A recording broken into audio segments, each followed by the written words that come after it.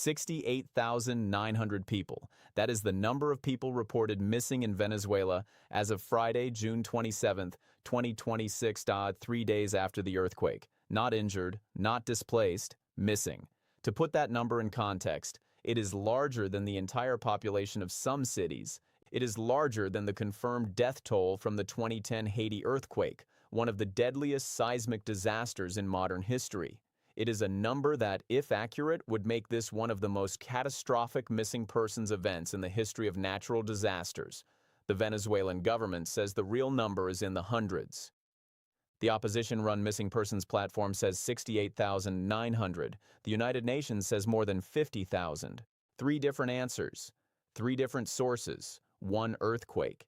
And a country where the gap between those numbers is not just a statistical disagreement, it is a reflection of something deeper, a broken information system, a government with a history of suppressing unfavorable data, and a disaster zone where, even now, there are neighborhoods that rescue teams have not yet reached. This documentary is about what we know, what we do not know, and why the answer to a question as simple as how many people are missing is, in Venezuela in 2026, almost impossible to get right. Start with the platform. Venezuela Te Busca, which translates as Venezuela searches for you, was created within hours of the earthquake by a Venezuelan activist named Julia Alessandra Mariano. The concept was simple, a publicly accessible database where anyone from anywhere in the world could enter the name of a person they could not reach, last known address, neighborhood, phone number, any identifying information. The platform was designed for the diaspora, for the 7.7 million Venezuelans living abroad who had been trying to call home since 6:05 p.m. on Wednesday and were getting nothing back. They had names, they had addresses, they had no way to verify whether the person they were looking for was alive, injured, displaced, or under rubble. Venezuela. Te Busca gave them somewhere to put that information. Within 24 hours, the platform had tens of thousands of entries. By Thursday morning, it had listed more than 24,000 names. By Friday, that number had passed 68,900. Julia Alessandra Mariano said in a post on social media that all information on the platform was public and verifiable, submitted by real people looking for real individuals. She said the system was receiving submissions from across the country and from Venezuelan communities on every continent. The Venezuelan government disputed the number immediately. Officials said the figure was inflated, politically motivated, and not representative of the actual scale of missing persons. They pointed to their own count, which they described as based on verified reports from civil defense units across the affected states. The gap between 68,900 and hundreds was not a rounding error. It was a chasm. To understand why the gap exists, you need to understand how information moves in Venezuela after a disaster, or rather, how it does not move. Venezuela has one of the most restricted media environments in Latin America. According to VE Sin Filtro, a digital rights organization that monitors internet access in Venezuela, more than 200 websites were blocked in the country as of June 25th, the day after the earthquake. The blocked sites included local and international news outlets, social media platforms, and tools like VPNs that people use to circumvent censorship. The partial blocking of X, formerly Twitter, was lifted after the United Nations Independent International Fact-Finding Mission on Venezuela urged authorities to fully restore access to social networks and all media outlets. The UN statement said that in the coming hours and days, timely access to reliable information and communication channels would be vital for the protection of the lives, safety, and well-being of the population. The Venezuelan government lifted the block on X. Other sites remained blocked. For residents in affected neighborhoods trying to report a missing family member, the practical effect of this information environment was significant. They could not easily access the platforms where that reporting was happening. They could not easily verify information they found, and they could not easily reach the outside world to request help for specific locations.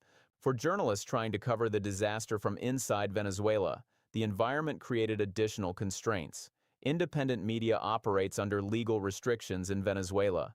International journalists required government accreditation. The combination of infrastructure damage, communications outages, and media restrictions made independent verification of casualty figures nearly impossible in the days immediately following the earthquake.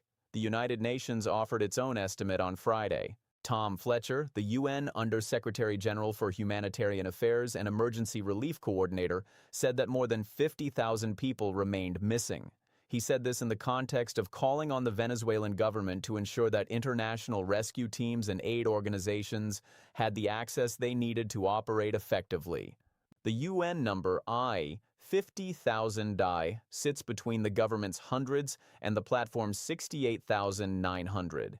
It is not a reconciliation of those two figures. It is a third estimate derived from the UN's own assessment methodology, which draws on satellite imagery, population density data, building collapse patterns, and humanitarian coordination reports from teams operating on the ground.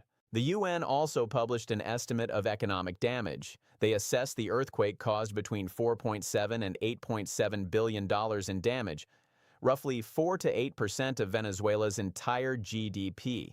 The true cost, the UN said, could be between 1.5 and 3 times that estimate once the full assessment was complete. For a country that had already been in economic crisis for a decade, those numbers describe a disaster layered on top of a crisis. Venezuela was not entering reconstruction from a position of stability. It was entering reconstruction from a position of existing emergency. The missing persons number is large, partly because of the earthquake and partly because of what the earthquake hit. La Guaira State, the coastal region north of Caracas that sits between the Caribbean Sea and the mountains, was the worst affected area in terms of building collapse density. The independent database that listed 68,900 missing people nationally reported more than 11,200 missing in La Guaira alone. The UN estimated that the earthquake destroyed more than 1,400 buildings in La Guaira. Satellite images captured the day after the earthquake showed block after block of flattened structures along the waterfront communities of Playa Grande, Tanaguarenas, and Los Corrales, neighborhoods built on coastal fill, on reclaimed land, on terrain that liquefied during the shaking and took the buildings on top of it down. In those neighborhoods, the collapse rate was not one building on a block, it was most of a block, multiple buildings, dense residential construction. Families who had been home on a Wednesday evening, June 24th is a national holiday in Venezuela, commemorating the 1821 Battle of Carabobo, meaning more people than usual were at home when the earthquake struck. The holiday timing is a factor that appears in almost every serious analysis of why the death toll is high. A working Wednesday would have had offices and schools partially occupied by people who might have had easier evacuation routes than apartment buildings. A holiday Wednesday had those same buildings full of families, children home from school, adults who were not at their desks in safer structures. The earthquake struck at 6:04 p.m. on a day when the population density in residential buildings was near its peak. The communications picture made everything worse. Cell networks across northern Venezuela degraded or failed within minutes of the earthquake. Power outages in earthquake-affected neighborhoods took down the cell towers that relied on grid power and whose backup generators had not been maintained. The result was a communications blackout across the exact area where the damage was worst. In La Guaira, the situation was more severe than in Caracas. The state's relative geographic isolation, squeezed between the mountains and the sea, connected to Caracas primarily through a mountain tunnel that was closed for inspection after the earthquake, meant that information from the worst affected neighborhoods was slow to reach anyone outside. Residents in communities along the La Guaira coast who survived the collapse had limited ability to communicate their situation.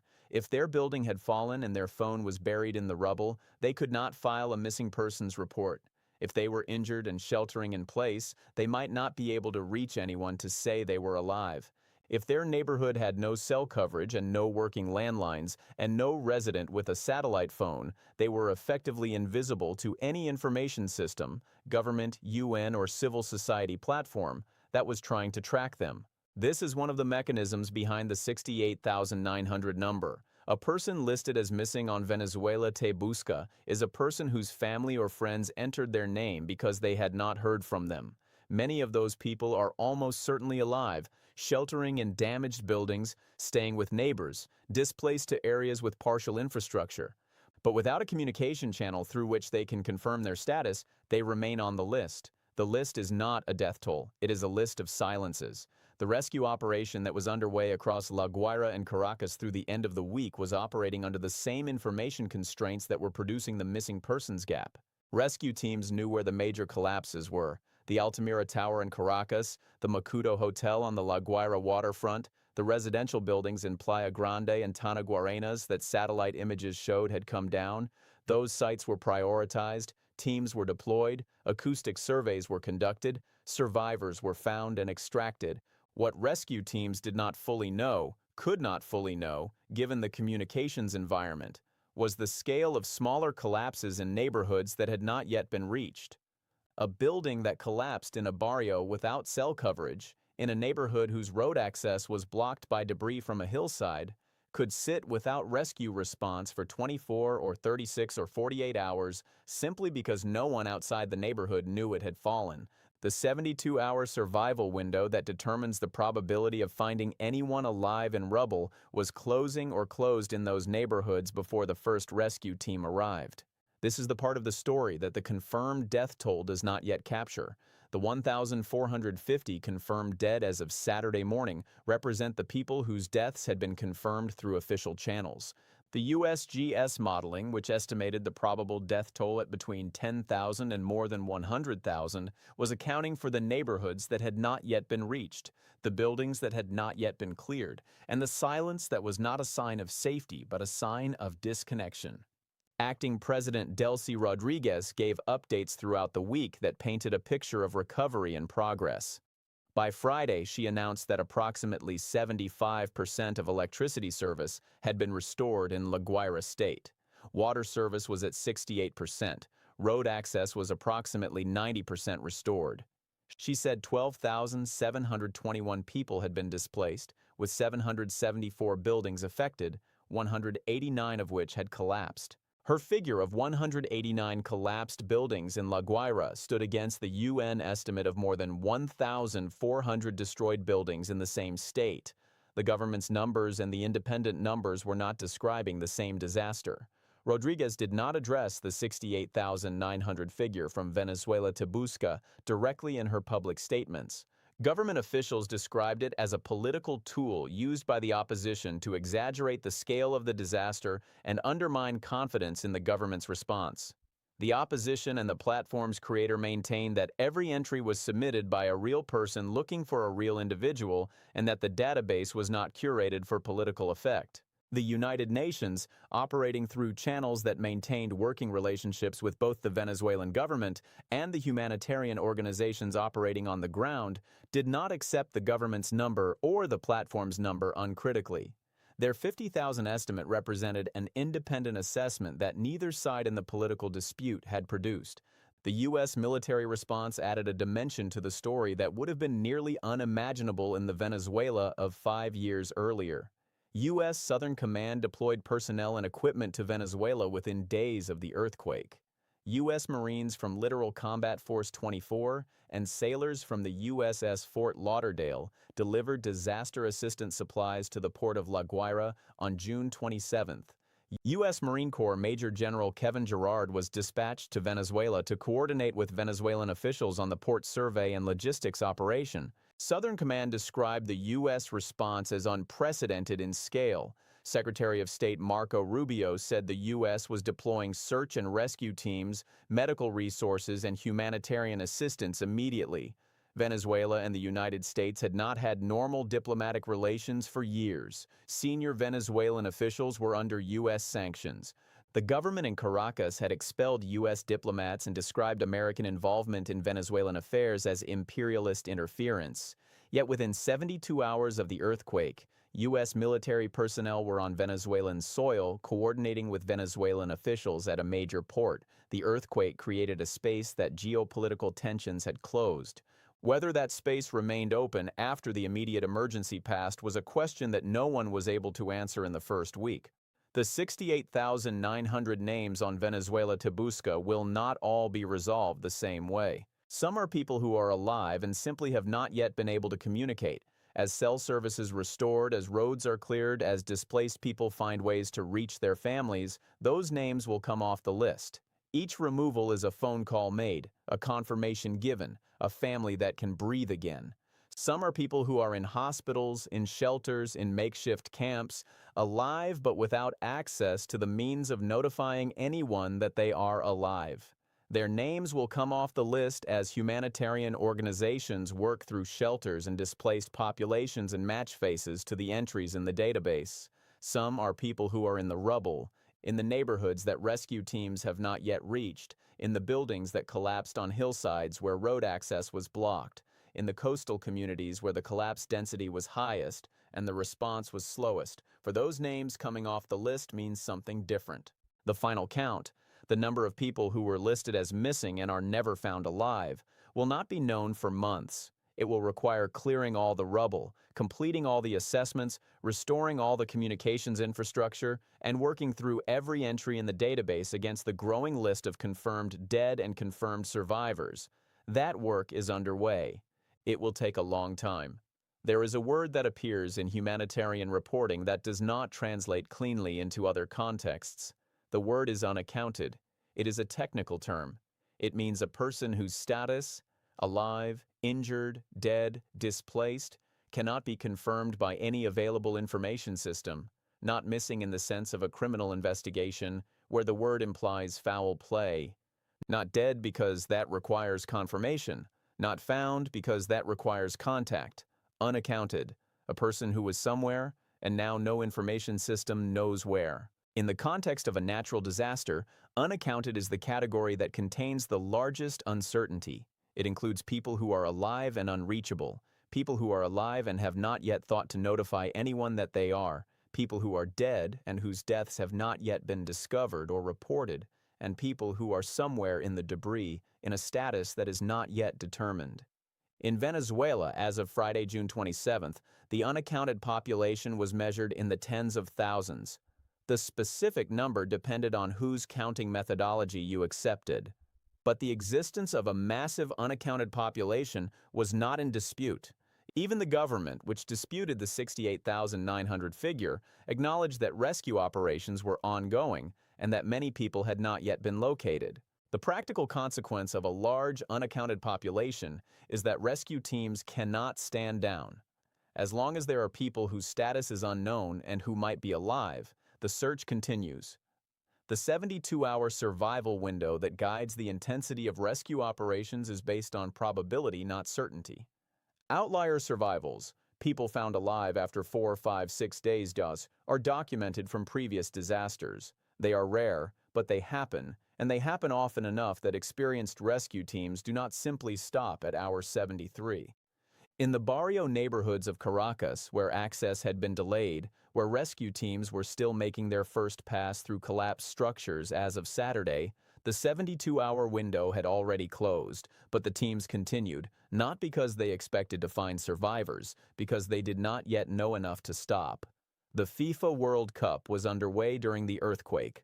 The 2026 World Cup, hosted across the United States, Canada, and Mexico, had been running for several weeks when the earthquake struck on June 24th. Venezuela was not among the competing nations. The Venezuelan national team had not qualified, but the diaspora, scattered across countries where matches were being played, was watching. On June 26th and 27th, FIFA held a moment of silence before all World Cup matches to honor those affected by the Venezuela earthquakes. In stadiums across the United States and Canada, tens of thousands of people stood still for that silence. Among them were Venezuelans who had come to watch football and were simultaneously waiting for word from home. Major League Baseball, which has significant Venezuelan representation among its players and a large Venezuelan fan base in American cities, announced relief efforts and tributes. Teams held moments of recognition. Venezuelan-born players wore armbands. The league coordinated with Venezuelan community organizations to direct donations to relief efforts. These gestures mattered to the diaspora in a way that is difficult to quantify.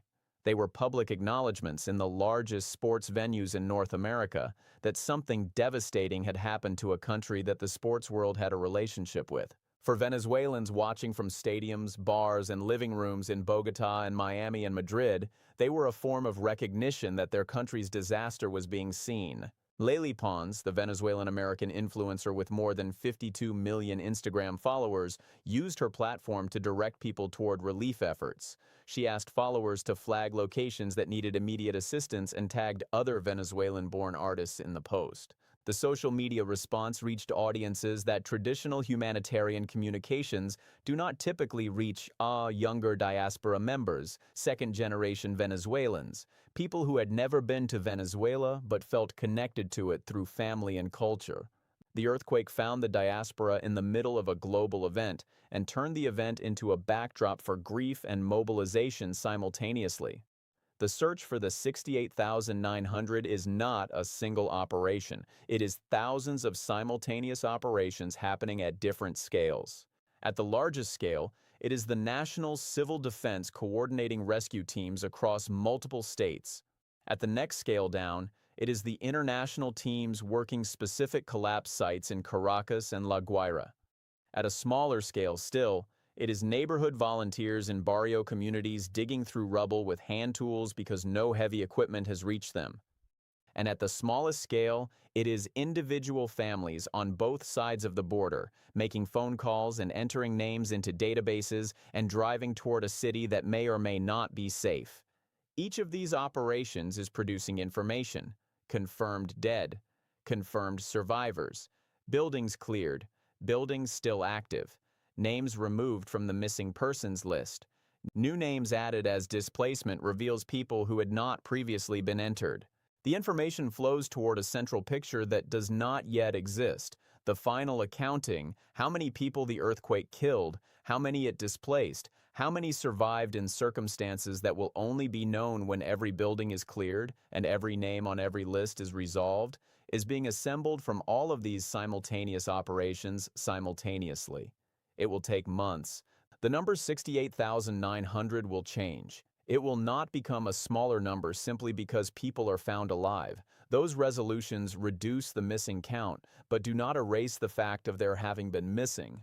It will not become a larger number simply because the situation is worse than reported. The missing persons count is bounded by the number of people who were known to have been in the affected area and have not been heard from. What the final number will be is unknown. What is known is that it will be the product of 39 seconds of shaking and months of searching in a country where the act of counting has always been contested. The earthquake lasted 39 seconds. In those 39 seconds, it created a missing persons crisis that the world is still trying to measure.